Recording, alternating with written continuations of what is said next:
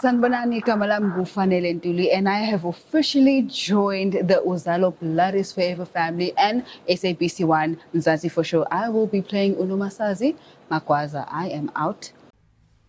Ngizothanda ukuthi ngikubingelele ngiphinde futhi ngikwamukele khona la kuZimi Live. If ufuna nje ukuhlezi updated ngesizini yakho la eMzansi, ungakhohlwa ukuthi usubscribe and uphinde uklikhe ibell for ama notification. Ngiyathemba ukuthi abantu abaningi bamangalilele thamba ebuka le video le adidlala.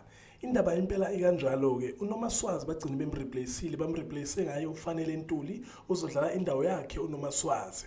uFanele Ntuli esimazi kakhulu kwiDurban Journal adlala khona indawo kaDr Zondo. Omuhle gela kade edlala indawo yakhe uNomaswazi if ukhumbula kahle last year sekuphela unyaka zavela ke indaba ukuthi akazwananga kahle nabaphathi balo Uzalo ngenxani ukuthi bashintsha icontract yakhe bengamtshelanga bashintsha izinto lapha kwicontract yakhe bengamtshelanga so yena wabe se decide ukuthi eshiye kuZalo lapho ngikhuluma ngayo omuhle gela ade edlala indawo yakhe uNomaswazi and wa complaina impela uthi washifta esuke eJohannesburg wahlala eDurban because of Uzalo so sebeyamshintshela sebeshintsha icontract yakhe without ukumtshela so ingakho kashiya kuZalo.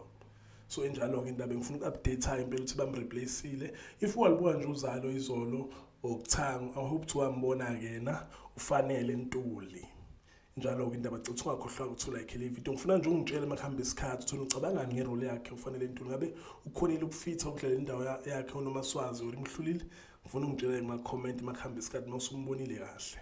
Danke ngiyabonga.